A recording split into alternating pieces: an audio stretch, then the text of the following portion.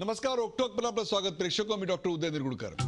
आम्ही आता जी दृश्य तुम्हाला दाखवणार आहोत ती अत्यंत धक्कादायक आहेत, पण ती खरी आहेत. ही दृश्य आहेत एका डान्स बार मधली, जिथं परवानगी नसतानाही छमछम सुरू आहे. जिथे एका रात्रीत लाखो रुपयांची उधळण होते. जिथं अश्लील उत्तान हावभाव करत बारबाला डान्स करतायत. सुप्रीम कोर्टानं डान्स बार सुरू करण्याची परवानगी दिली आहे, हे खरं आहे. पण आज मी तिला केवळ तीन डान्स बारनाच तशी अधिकृत परवानगी मिळाली आहे. पण अजून इतर परवानग्या मिळाल्या नसल्यानं ते अधिकृत डान्स बार सुरू झालेले नाहीत. पण त्याआधीच बेकायदेशीररित्या सुप्रीम कोर्टाने घालून दिलेले सगळे निर्देश, राज्य सरकारचे सगळे नियम धाब्यावर बसून ही छमछम सुरू आहे. ज्या डान्स बार बंदीसाठी डान्स बार मधल्या छमछमनं किती अनिष्ट आणि हिडीच वळण घेतलंय ते आज मी तुम्हाला दाखवणार आहे. अजून पूर्ण परवानगी हातात आलेली नाही तर ही अवस्था. उद्या परवानगी मिळाल्यानंतर हे डान्स बारवाले काय नंगा नाच करतील, काय दुडगुस घालतील, कल्पना तरी येईल का? आज फक्त 3 डान्स बारला परमिशन आहे. उद्या जेव्हा 100-200 बार येतील, पनवेल उरण सारख्या भागात जमिनी विकून गबर झालेल्या भूमिपुत्रांना हेच डान्स बारवाले मग देशोधडीला लावतील. तेव्हा काय होणार आहे? डान्स बारवरील बंदी उठवण्यासाठी बार मालकांनी आहार संघटना सुप्रीम कोर्टापर्यंत लढत होती. एरवी अन्याय झाला म्हणून तावातावानं भांडणारे आणि बोंब ठोकाला ही मंडळी पुढे असतात. पण आज दिवसभर या डान्स बारवाल्यांच्या संपर्कात मी होतो. इथे येऊन तुमची बाजू मांडा म्हणून सांगितलं. पण बेकायदा डान्स बार सुरू असल्याची बातमी झी 24 तासनं आज दिवसभर दाखवली. आम्ही दिवसभर वारंवार फोन करूनही हे डान्स बारवाले आता तुमच्या समोर यायला घाबरतायत, येत नाहीयेत. यांना कसली लाज वाटते? आपले जे व्यवसाय बंधू बेकायदेशीररित्या असे डान्स बार चालवतायत त्यांच्या विरुद्ध बोलायला हे पुढे काय येत नाहीयेत? कारवाई तर सोडाच हो, त्याची साधी कबुली द्यायची सुद्धा त्यांना शरम वाटते का? हीच मंडळी उडपी हॉटेल चालवतात तेव्हा त्या हॉटेल बाहेर बाउन्सर्स ठेवतात का? मग सोजवळ, सात्विक आणि नियमानुसार चालणाऱ्या बारच्या समोरच यांना बाउन्सरची गरज का लागते? सांस्कृतिक कार्यक्रमासाठी बाउन्सर नेमण्याची आवश्यकता असते का? नियमांचं उल्लंघन करण्याची कोणती संस्कृती इथं जोपासली जाते? कुणीतरी जीवावर उदार होऊन डान्स बार मधला हा धुडगूस शूट केलाय. आम्ही देखील तो बिनधास्तपणे तुम्हाला आज दिवसभर दाखवतोय. हा कार्यक्रम देखील अत्यंत बिनधास्तपणे कुठल्याही प्रेशर विना मी करतोय. प्रश्न तो नाहीये. प्रश्न असा आहे की आज दिवसभर दाखवून मुंबई पोलीस अजून गप्प का? 24 तास उलटले तरी पोलीस कारवाई का करत नाही? जी 24 तास कडे असली टेप पोलिसांनी मागवून का घेतली नाही? ज्या तारदेव पोलीस स्टेशनच्या हद्दीत हा डान्स बार सुरू आहे तिथले अधिकारी काय झोपा काढतायत? मुंबईचे पोलीस आयुक्त या डान्स बारवर, तारदेव पोलिसांवर काय आणि कधी कारवाई करणार आहेत? चला, यासारख्या असंख्य प्रश्नांचा वेध घेऊयात आजच्या खास रोकटोक कार्यक्रमात नियमांची छमछम.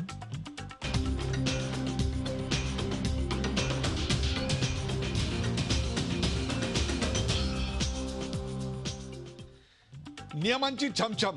सुरुवातीला पाहूया या विषयावरचा रिपोर्ट. म्हणजे ज्यांनी हे पाहिलेलं नसेल आज दिवसभर त्यांना कळेल की फक्त 3 डान्स बारना पूर्णपणे परमिशन मिळाली नसताना देखील काय नंगा नाच सुरू आहे.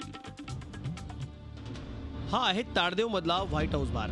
मुंबईतल्या एका सामाजिक कार्यकर्त्यानं या बारमध्ये सुरू असलेली छमछम आपल्या मोबाईलमध्ये कैद केली.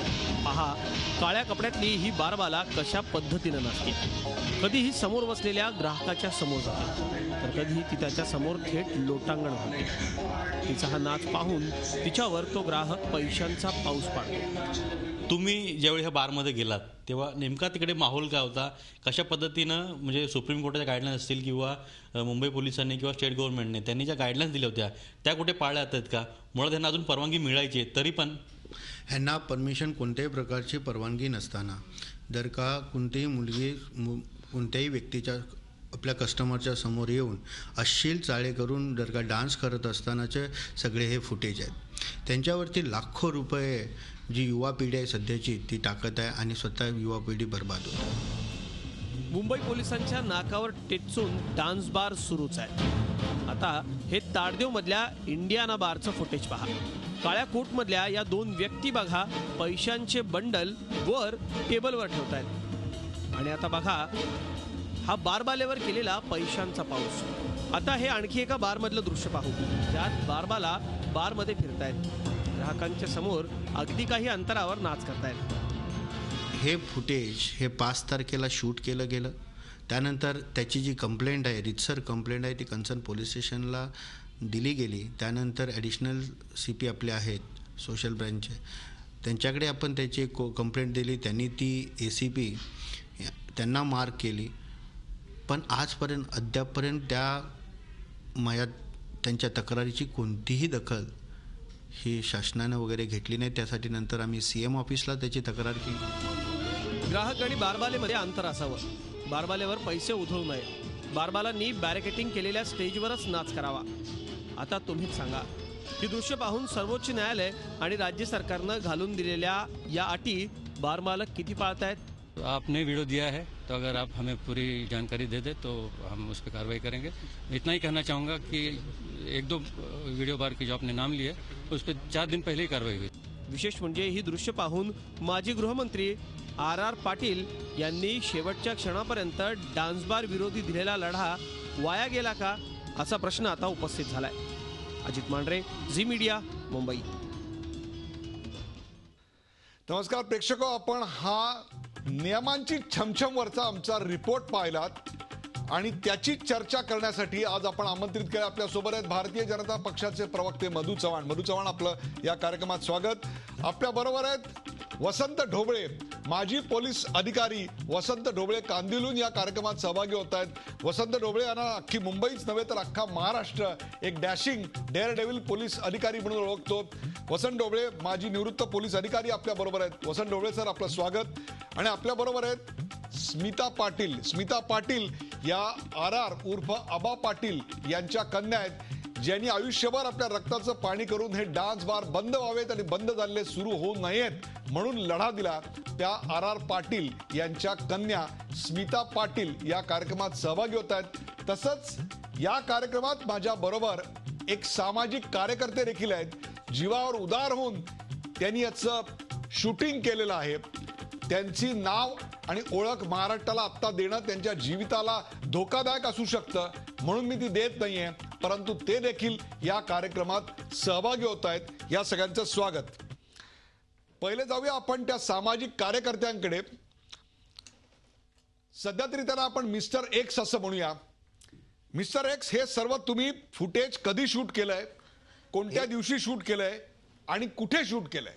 हे सगळं फुटेज मी आणि माझे मित्र ह्या सगळ्यांनी 5 तारखेला व्हाईट हाऊस बार अँड रेस्टॉरंटमध्ये, तसंच इंडियानामध्ये आणि ग्रीन पार्क या हॉटेलमध्ये शूट झालं.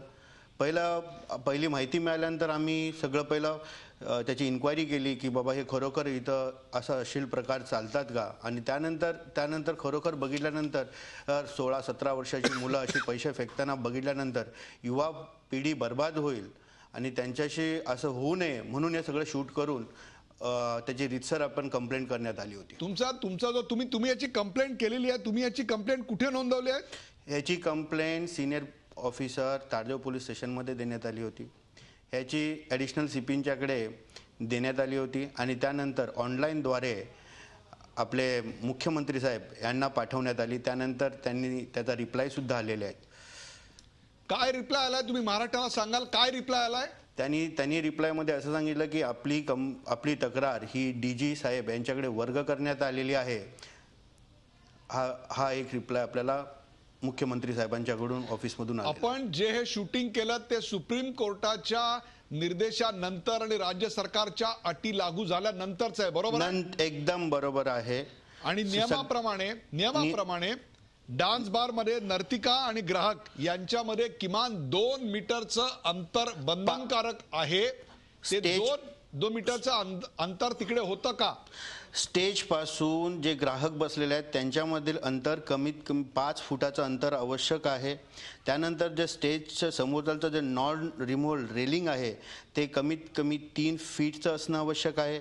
आणि फक्त 4 मुलीच एका वेळेस एका स्टेजवरती प्रवेश करू शकतात.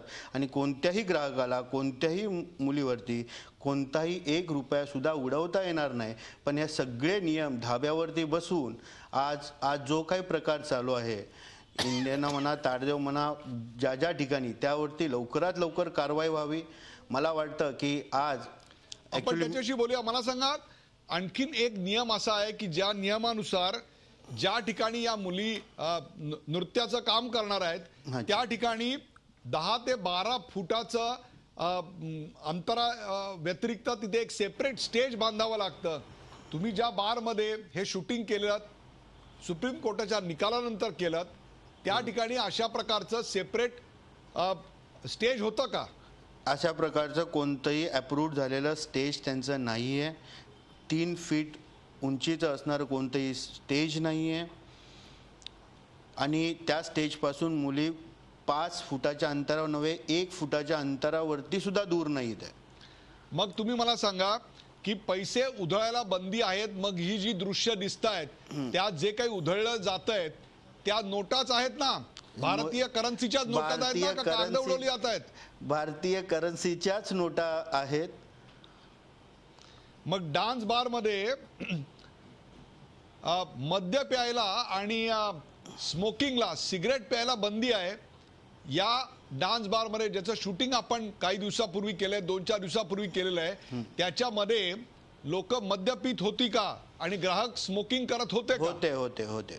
हे दोन्ही करत होते. दोन्ही सगळ्या गोष्टींना धाब्यावरती बसून, हे सगळे नियमांना धाब्यावरती बसून हे सगळं चालू आहे. मला खरं तर ढोबळे साहेब आपल्याला प्रथम मी मानाचा मुजरा म्हणेल. तुमच्यासारखा धाक ज्यावेळी तुम्ही सोशल आपण ढोबळे साहेबांकडे जाऊया. पण त्याच्या आधी या डान्स बार साठी ज्यांनी रक्ताचं पाणी केलं आणि सर्व राजकीय पक्षांची वोट, त्यांना सुद्धा माझा मानाचा मुजरा. महाराष्ट्राची एकत्र केली अशा आबा यांच्या कन्या स्मिता पाटील आपल्या बरोबर आहेत. स्मिता पाटील, ही दृश्य आपण पाहिली आहेत.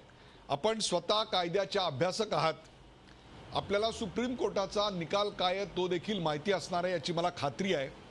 ही दृश्य बघताय ही अशा 3 बार मधल्या एका बारची आहेत की ज्या बारला अजूनही पूर्णतः परमिशन मिळालेली नाही. असं असताना तिथं स्टेज नाही, 3 फुटाचं बॅरिकेड नाही, 10 फुटाचं अंतर देखील नाही, पैसे देखील उडवले जात आहेत. काय सांगाल आपण स्मिता? खरं तर हा अतिशय धक्कादायक प्रकार म्हणावा लागेल आणि सुरुवातीलाच मला खरंच अतिशय वाईट वाटतंय आणि खूप मोठं शल्य आहे की जिला आपण सर्वात मोठी न्यायदेवता म्हणतो त्या सुप्रीम कोर्टाचे सुद्धा जे काही आदेश आहेत ते डावलले जात आहेत, त्याच्याकडे लक्ष दिलं जात नाही. जे काही राज्य सरकारनी अटी-शर्ती घातलेत त्याच्याकडे सुद्धा लक्ष दिलं जात नाही आणि बेधडक महाराष्ट्रामध्ये अशा प्रकारचं जर सुप्रीम कोर्टाला सुद्धा जर एक प्रकारचा विरोध असेल किंवा त्याच्या निर्णयाचा सुद्धा आदर न करता तो डावलून जर असा प्रकार घडत असेल तर ह्याच्यापेक्षा मोठा आणि गंभीर प्रश्न कुठला असेल असं मला वाटत नाही. आणि खरं तर ही खूप दुर्दैवी गोष्ट आहे. शासनाने याच्यावरती ठोस भूमिका घेणं अतिशय गरजेचं आहे आणि मी सुप्रीम कोर्टाला सुद्धा विनंती करते की जे आदेश तुम्ही दिलेले आहेत त्या आदेशाचं पालन इथं कुठल्याच पद्धतीनं झालेलं नाही. याच्यावरती निर्णय देताना येत्या 7 जुलैला जे हेअरिंग असणार आहे या सगळ्या गोष्टींची योग्य पद्धतीनं चाचपणी करून योग्य तो निर्णय सुप्रीम कोर्टानं सुद्धा द्यावा अशी मी या सर्वोच्च न्यायदेवतेला विनंती करते. स्मिता पाटील, तुम्ही म्हणालात ते अगदी खरं आहे. 7 जुलैला जे हिअरिंग होणार आहे त्या न्यायाधीशांसमोर आजच्या या कार्यक्रमाची ध्वनिचित्रफीत नक्की पोहोचलेली असेल आणि जे काही आता चालू आहे बेकायदेशीररित्या ते देखील त्यांना कळेल की आपण जी परवानगी दिलेली होती अंशतः ती परवानगी पूर्ण द्यायच्या अगोदरच काय नंगा नाच सुरू आहे, काय नियमांची पायमल्ली सुरू आहे. आपण जाऊया वसंत ढोबळे यांच्याकडे. वसंत ढोबळे, हे सगळी दृश्य आपण पाहिली आहेत. कुठे ती तुमची कायद्याची हॉकी स्टिक्स? का तुम्ही निवृत्त झाल्यानंतर ती कायद्याची हॉकी स्टिक सुद्धा पोलिसांनी भंगारात टाकली?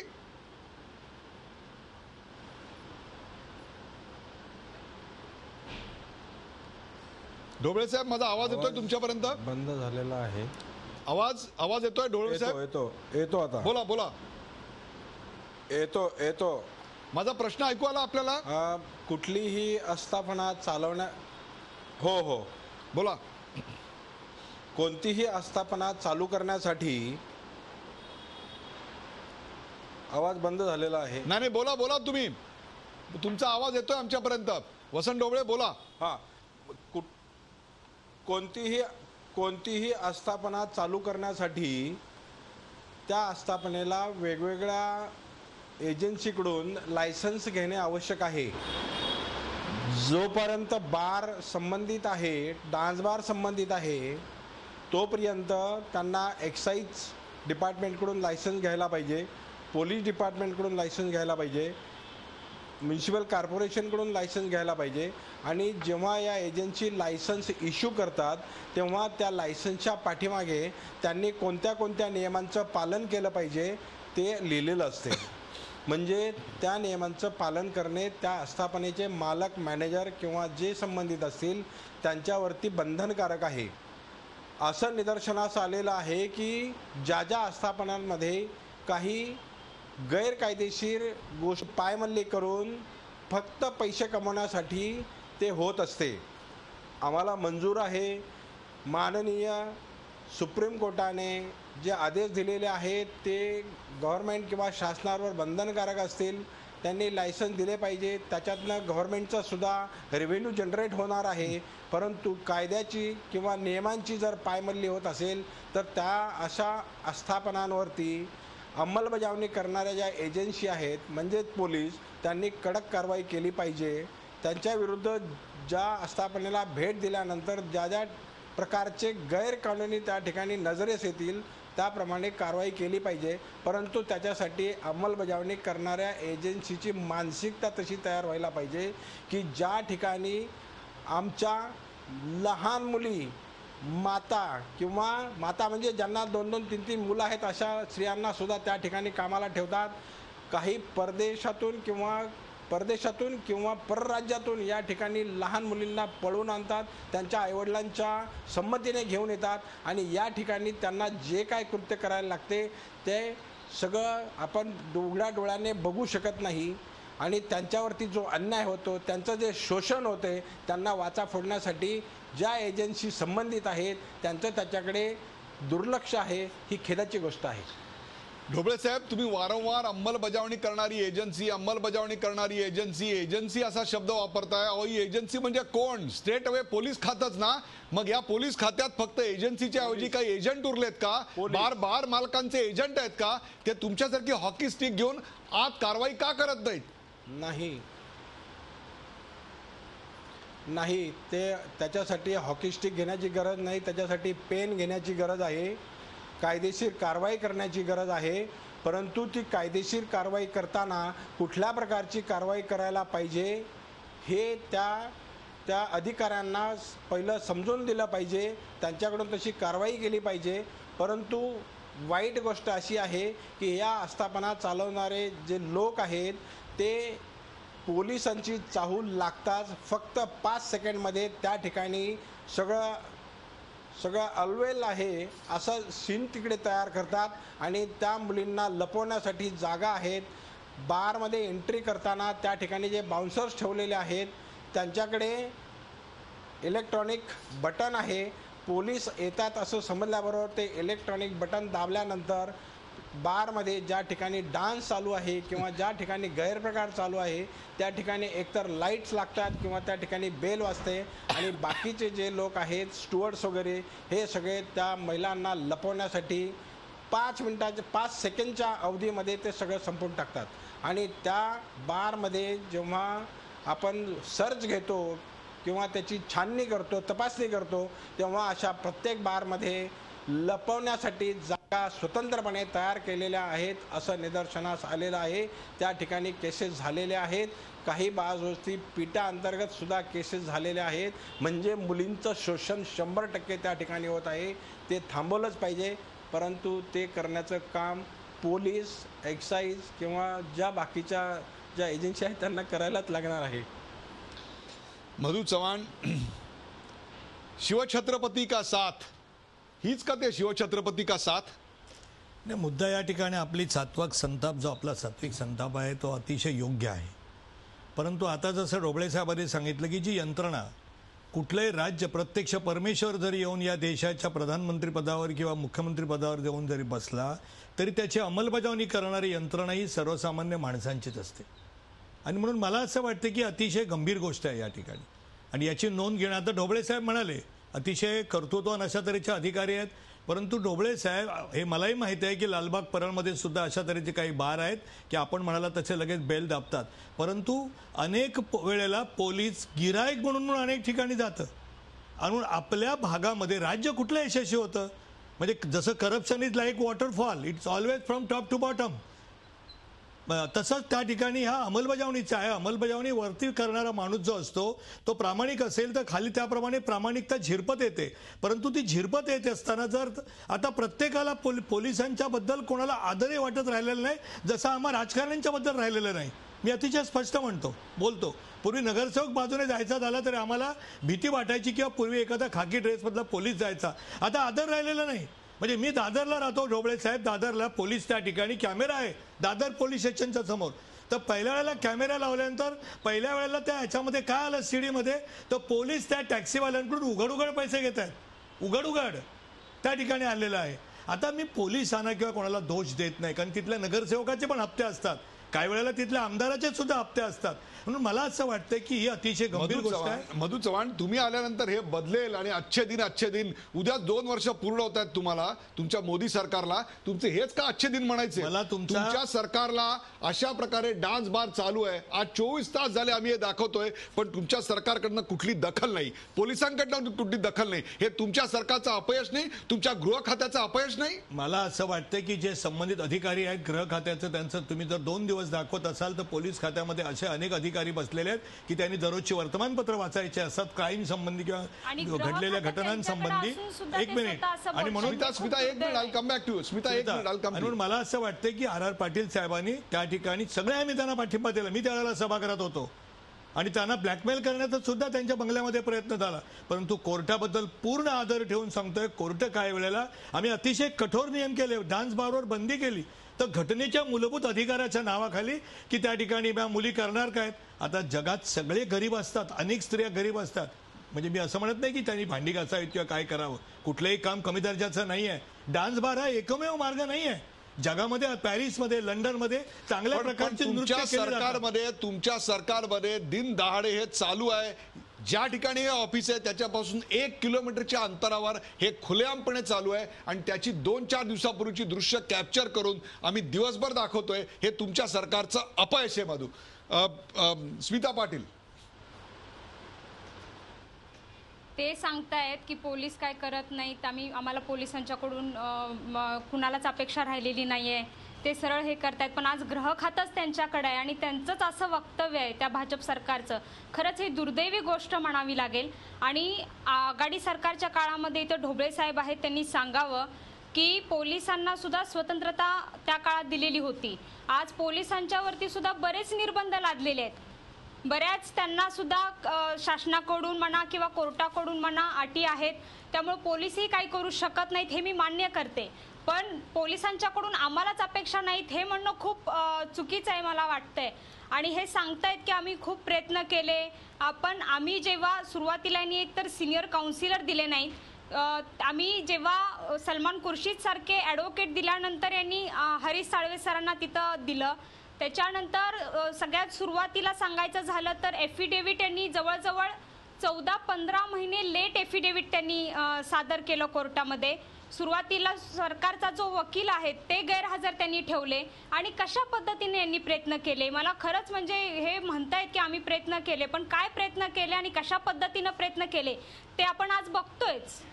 बरोबर आहे. या सगळ्यावर मधु चव्हाण बोलतील, पण एका ब्रेक नंतर कुठे जाऊ नका, पाहत राहा झी24 तास. आपण पाहताय नियमांची छमछम.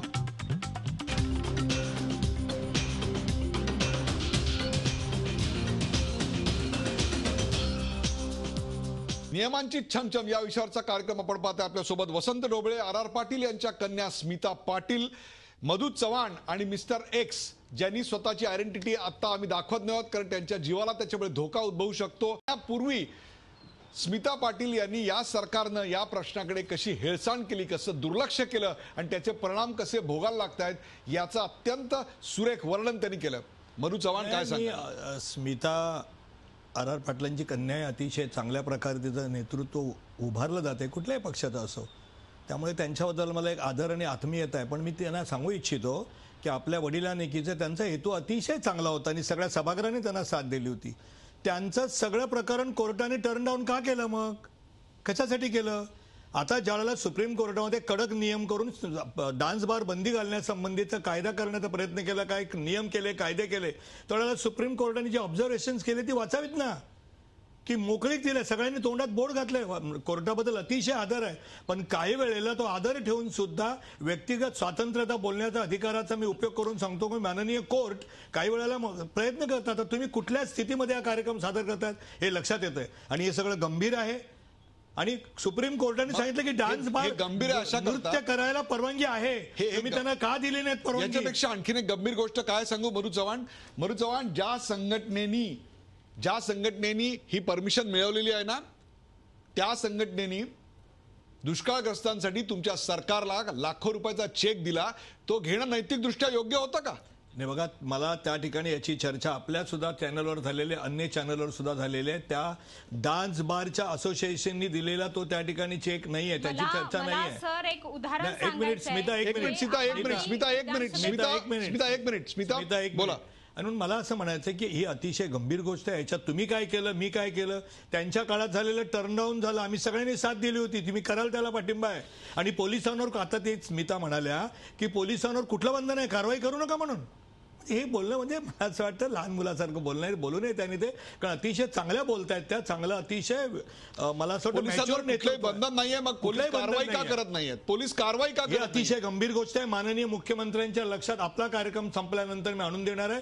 माननीय रणजित पाटील जे गृहराज्यमंत्री आहेत शहर विभागाचे, त्यांच्या लक्षात आणून देणार आहे. आणि माननीय दत्ता पडसळकर यांच्याबद्दल त्यांना सुद्धा माननीय मुख्यमंत्र्यांच्या मध्ये बोलायला लावणार आहे की 1 किलोमीटर किंवा हाकेच्या अंतरावर असलेले बार सरळ तुमचे कायदे धाब्यावर बसवून अशा जर बेछूट वर्तन करत असतील आणि 15-16 वर्षाची मुलं तिथे आपलं आयुष्य उद्ध्वस्त करण्याला जात असतील तर ही गंभीर गोष्ट तुम्ही दाखवल्याबद्दल तुमचे अतिशय आभार मानायला पाहिजे. स्मिता पाटील, ते आता म्हणले की लहान मुलांसारखं बोलणं आहे, मग ते मगाशी सरळ म्हणले की आमच्या राजकारण्यांविषयी जसं लोकांना वाटतं तसंच आज पोलिसांच्याकडून सुद्धा आमची कुठली अपेक्षा राहिली नाही असं सरळ लोक म्हणतात. अहो, ग्रह खातं तुमच्याकडे आहे, त्याच्याविषयी लोकांचं मत परिवर्तन कसं व्हायला पाहिजे किंवा लोकांनी त्या खात्याला कशा पद्धतीनं चांगलं म्हणलं पाहिजे हे तुम्ही ठरवायला पाहिजे ना. तुम्हीच वरती जर असं म्हणत असाल की बंद नाही, तर मग सर तुम्ही बोलला की कारवाई का करत नाहीत? आणि 24 तास आपण जर हा रिपोर्ट दाखवतोय पण कुठेही आपल्याला अजून आढळलं नाही की त्यांनी कारवाई केली आहे किंवा त्या बार मालकाला ताब्यात घेतलंय. मग हे का होत नाहीये? पोलिसांना जर तिथल्या हद्दीत पोलिसांना जर तसे आदेश दिले असते तर हे झालं असतं. आणि राहिला प्रश्न 20 लाखाचा, मला त्यांना विचारायचं आहे की त्यांनी 20 लाख का घेतले? मला एक उदाहरण द्यायचं आहे की पट्टे बापूराव हे अतिशय कला संस्कृतीत नावाजलेलं नाव आहे. त्यांच्याकडून पैसे घेत असताना डॉक्टर बाबासाहेब आंबेडकरांनी सांगितलं की मला पैसे नको, जे आया बहिणींना नाचवून मला देताय ते पैसे नको, त्यापेक्षा मी माझी दलित चळवळ बंद करतो. सरळ असं डॉक्टर बाबासाहेब आंबेडकरांनी सांगितलं. आणि आपल्या महाराष्ट्र संस्कृतीचा हाच खरा बाणा आहे.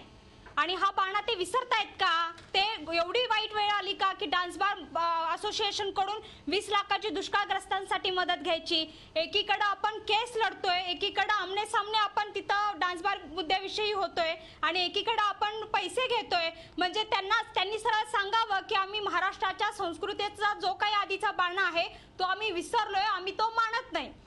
मला असं वाटतं हे तुमच्याबद्दल अतिशय आदर ठेवून सांगतो की त्या ठिकाणी, म्हणून मला काही जास्त बोलायचं नाही. आपण RRंच्या कन्या आहात, तुमच्याबद्दल मला अतिशय आदर आणि आपलेपणा आहे. आणि तुम्ही अशा तऱ्हेचं जे चुकीचं बोलतायत, त्यांनी 20 लाख रुपये कुठल्या असोसिएशन तुम्ही त्या ठिकाणी मुलींना नाचवा आणि त्याच्यातून उधळलेले पैसे आम्हाला आणून द्या आणि त्या ठिकाणी महाराष्ट्राच्या मुख्यमंत्र्यांच्या निधीला द्या, असं झालेलं नाहीये. मला आता त्या ठिकाणी बाकीचं काँग्रेस वगैरे काही काढायचं नाही, कारण आपल्याबरोबर मला वादविवाद करण्याची खरंच इच्छा नाहीये. आणि म्हणून 20 लाख रुपयाची चर्चा इथे झालेली आहे. माननीय मुख्यमंत्र्यांनी सभागृहाच्या बाहेर त्यासंबंधी योग्य ते उत्तर दिलेलं आहे.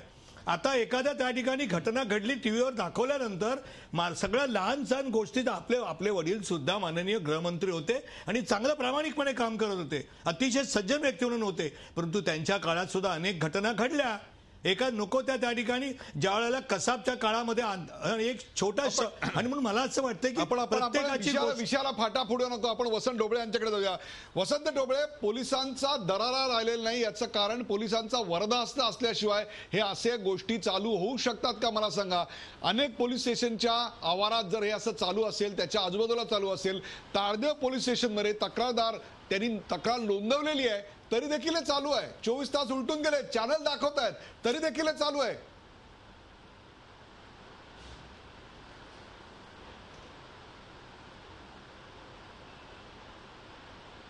वसंत ढोबळे बोला.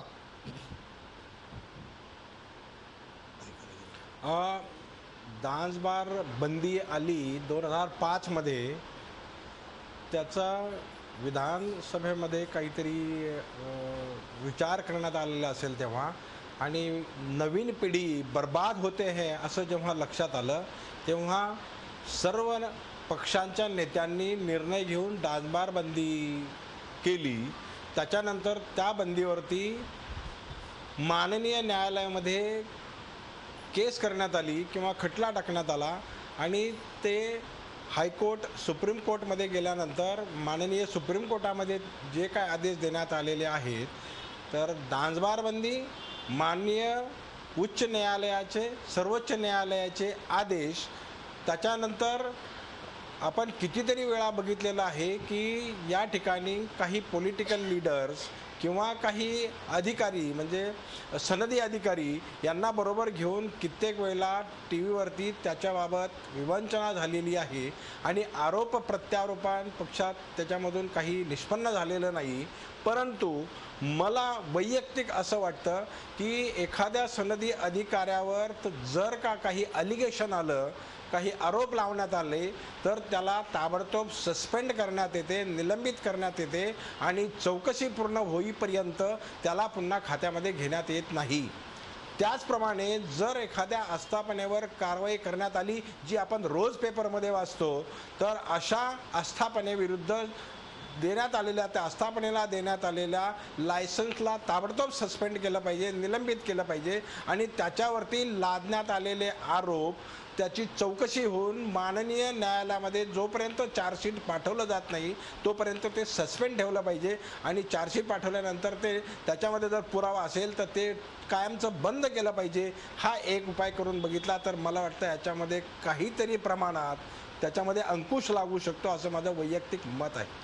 प्रेक्षको, ताडदेवच्या ज्या डान्स बारमध्ये ज्याला अंशतः परमिशन मिळालेली आहे अशा डान्स बारमध्ये पूर्ण परवानगी मिळायच्या अगोदरच सुरू असलेल्या या छमछमच्या गोष्टी, ज्या एका सामाजिक कार्यकर्त्यांनी, ज्याला आपण ज्यांची आयडेंटिटी आता आम्ही तुमच्यासमोर आणत नाही आहोत, त्यांच्या जीवाला धोका निर्माण होऊ शकतो म्हणून त्या मिस्टर एक्स आता या कार्यक्रमात सहभागी आहेत. मी त्यांना असं विचारतोय की राजकीय नेते देखील या डान्स बारमध्ये किंवा पोलीस अधिकारी देखील या डान्स बारमध्ये छमछम बघायला आणि पैसे उडवायला आले कधी पाहिलेत का आपण?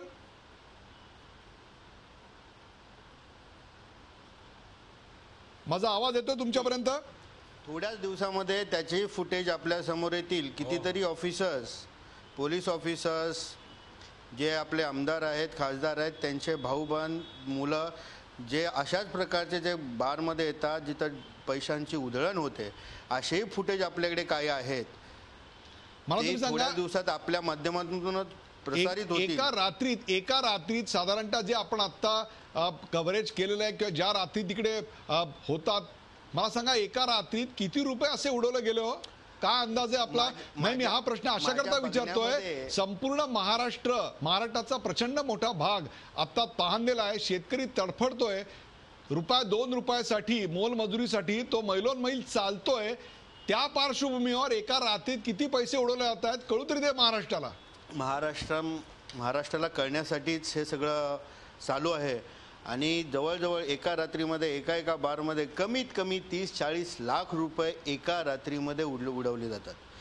ओकेजन असेल, कोणता सण असेल, 31 असेल, तर तोच आकडा कमीत कमी 1.5 करोड 2 करोडच्या आसपास जातो.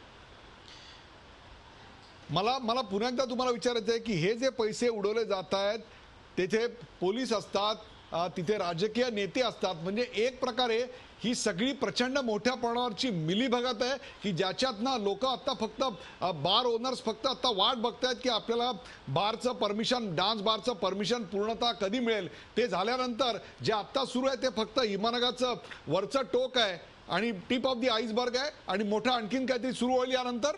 You are absolutely right. एक गोष्ट आपण लक्षात घेतली पाहिजे. बोला. एक गोष्ट आपण लक्षात घेतली पाहिजे की आज जी सध्याची युवा पिढी आहे ह्याला पूर्णतः बर्बाद करण्याचंच काम चालू आहे. आणि आजचं शासन, आता मी आपले चव्हाण साहेब आहेत, सगळ्यात कुठल्याही राजकीय नेत्याला वगैरे दोष देणं वगैरे ह्यामध्ये मला स्वारस्य नाही आहे. मला सत्यता उघड करण्यामध्ये खूप स्वारस्य आहे. आणि जे आपण करत आहात आज, ज्या बेधडकपणे आपण जे काम करत आहात ते असंच चालू राहावं. आणि जिथं जिथं अशा प्रकार होतात, 16-16, 15-15, 16-16 वर्षाच्या मुली आणून त्यांच्याकडून डान्स करून जर का हे काम होत असेल आणि तिथंसुद्धा तुम्हाला नावसुद्धा देऊन जर का तुम्ही कारवाई करत नसाल, तुम्हाला सबळ पुरावा दिल्यानंतर सुद्धा CD दिलं, त्यानंतर सांगितलं गेलं की I am ready to give an affidavit on oath, I am ready to give an statement. इतकं सांगितल्यानंतर सुद्धा तुम्ही तुमची कारवाई करण्याची जर का तयारी नसेल तर हा नाकर्तेपणा नाही का शासनाचा? कोणत्या एक मिनिट प्लीज, फक्त माहितीसाठी माननीय मुख्यमंत्र्यांची किंवा गृहमंत्र्यांची बोलणार आहे म्हणून, आपण कोणत्या दिवशी दिलं आणि कोणत्या पोलीस स्टेशनला हे सांगितलं की हे 6 तारखेला तारदेव पोलीस स्टेशनला दिलं गेलं. किती तारीख 6 तारीख 6 मेला तारदेव पोलीस स्टेशनला दिलं गेलं. 5 तारखेला हे झालं. आणि मी त्यांना सांगितलेलं सुद्धा, माझे जे बरोबर मित्र होते त्यांनी त्यांना सांगितलं, माझी आयडेंटिटी आता मी डिस्क्लोज नाही करत, की ऑन ओथ तुम्हाला थोडा जरी डाऊट असेल, कधी कुठल्या कॅमेऱ्याने केलं ह्याचं क्रिएशन पाहिजे असेल, तर कुठल्या दिवशी कुठल्या टायमिंगला काय घेतलं गेलं ह्याचं सुद्धा तुम्हाला क्रिएशन, त्याचं जे डिटेल्स असतात त्या आजकाल फॉरेन्सिक लॅबोरेटरीमधून मिळतात. इवन आपल्याला कॉम्प्युटर थ्रू सुद्धा मिळू शकतात.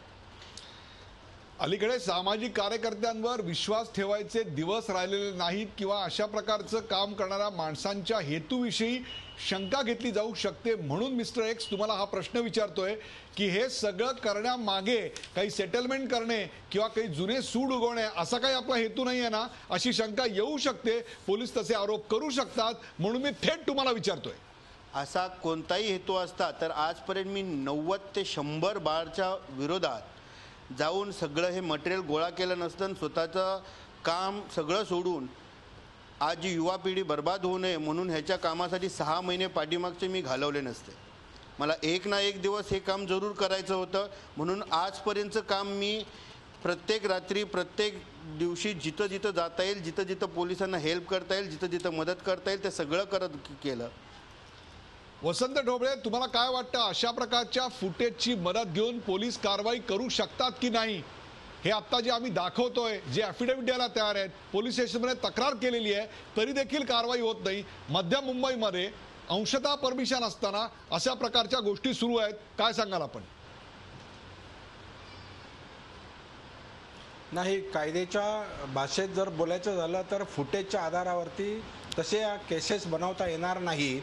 त्या ठिकाणी प्रत्यक्षपणे छापा पडल्यानंतर जी परिस्थिती आहे तसा पंचनामा केल्यानंतर जे समोर येईल त्याच्याप्रमाणे कायदेशीर कारवाई ती करायला पाहिजे. फुटेजच्या आधारावरती जर कायदेशीर कारवाई केली तर अशा मॅन्युफॅक्चर्ड जर फुटेज ते पोलिसांकडे दिले गेले तर कदाचित त्या आस्थापनांवरती अन्याय होण्याची शक्यता आहे. परंतु ही गोष्ट मात्र टाळता येणार नाही किंवा निग्लेक्ट करता येणार नाही की ज्या ठिकाणी या सगळ्या अनैतिक गोष्टी चालू आहेत किंवा जी नवीन पिढी बर्बाद होते असं यांचं म्हणणं आहे.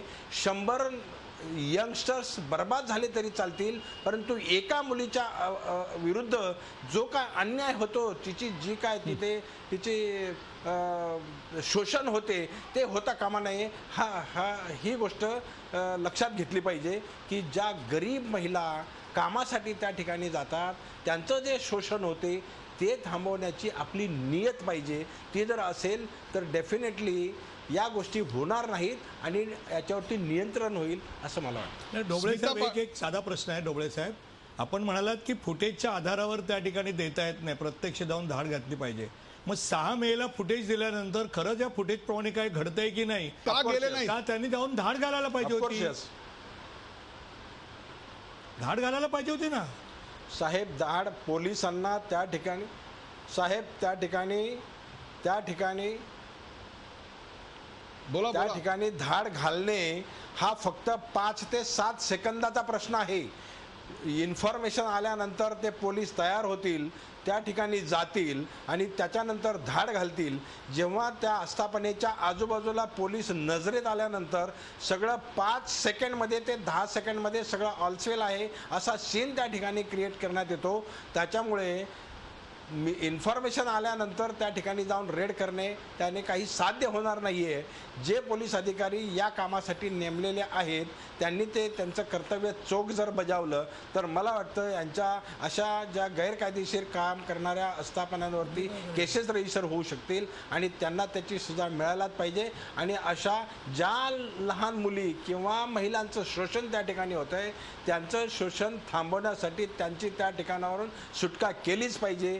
हे आमचं काम आहे, हे आपल्या गव्हर्नमेंटचं काम आहे आणि हे त्या ठिकाणी राहणाऱ्या लोकांचं, त्या वस्तीमध्ये राहणाऱ्या लोकांचं सुद्धा काम आहे. त्यांनी वेळोवेळी ते पोलिसांच्या किंवा इतर एजन्सीच्या किंवा राजकारणी लोकांच्या लक्षात आणून दिलं पाहिजे की या आस्थापनेमध्ये काहीतरी गैरकायदेशीर होत आहे.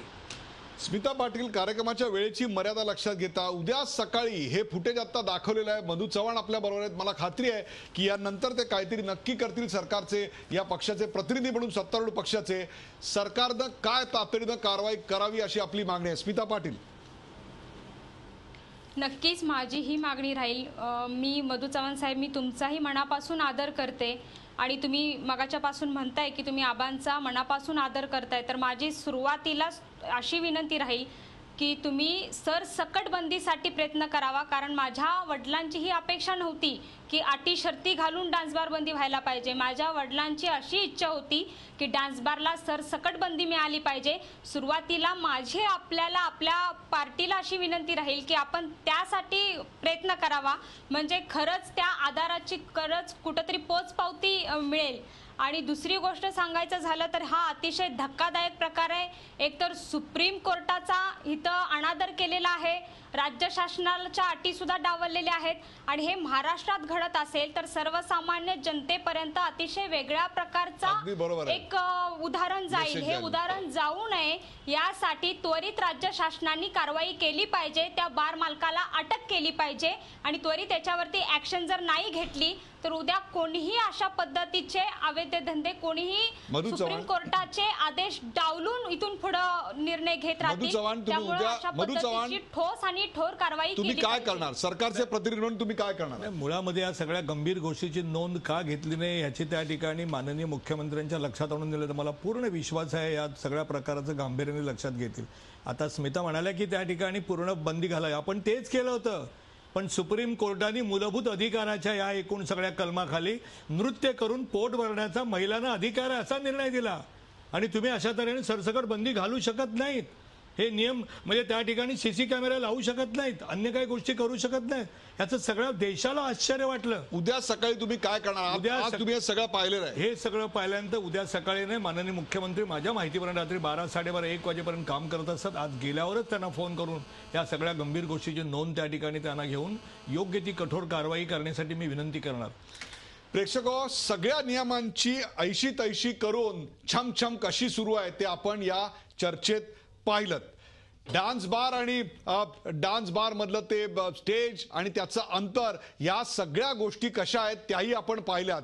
हे सगळं आम्ही तुम्हाला आज दाखवत होतो, दिवसभर दाखवत होतो, परंतु आज त्याच्यावर काहीही कोणतीही कारवाई करण्यात आलेली नाही. ही वस्तुस्थिती आहे. ही कारवाई का करण्यात आली नाही हा आमचा सवाल आहे. हे दाखवल्यानंतर देखील त्या पोलीस स्टेशनवर का कारवाई करण्यात आली नाही हा सवाल आहे. सुप्रीम कोर्टाच्या निर्देशानंतर जर असं होत असेल तर मला तुम्ही सांगा, कोणत्या नागरिकाला इथं सुरक्षित वाटेल आणि कायद्याचा बूज राहिले किंवा या पोलिसांविषयीचा आदर वाटेल हे मला तुम्ही सांगा.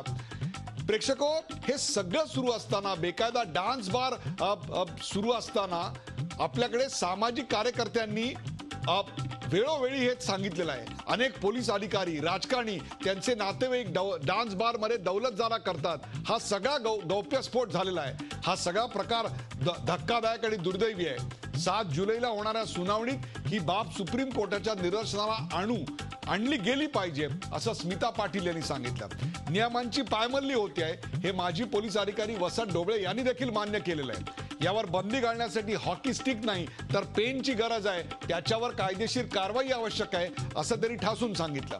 पोलीस आणि राजकारण्यांचा आता पहिल्यासारखा धाक उरलेला नाही. अगदी परमेश्वर मुख्यमंत्रीपदी बसला तरी अंमलबजावणी करणारी यंत्रणा जर माणसांची असेल आणि ते जर कारवाईत अशा अडचणी करत असतील तर काय करणार अशी खंत देखील भाजपच्या मधू चव्हाण यांनी बोलून दाखवली.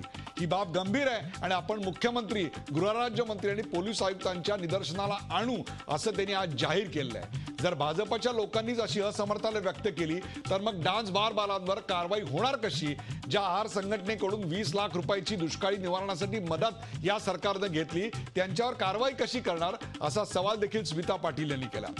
सुप्रीम कोर्टात बाजू सरकारनं मांडण्यात कशी चालढकल केली याचे दाखले देखील त्यांनी दिले.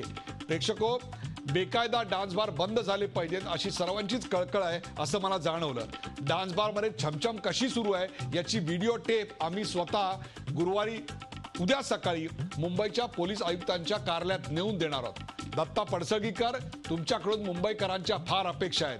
दिल्ली गाजवलेला एक कर्तव्यदक्ष मराठी अधिकारी अशी तुमची ओळख आहे. पण आज या गल्लीत जो काही धुडगूस चाललाय तो आम्हाला तुम्हाला दाखवायचा आहे. या सगळ्या बेकायदा धंद्यावर कठोर कारवाई करून मुंबई पोलिसांची जी काही शान आहे ती टिकवून ठेवणं अत्यंत गरजेचं आहे आणि त्याहीपेक्षा सुद्धा हजारो तरुण बर्बाद होण्यापासून वाचवायची ही एक संधी आहे. या कार्यक्रमात सहभागी झाल्याबद्दल सर्व मान्यवरांचे आभार. ताज्या बातम्यांसाठी पाहत राहा झी24 तास. रहा एक पाऊल पुढे.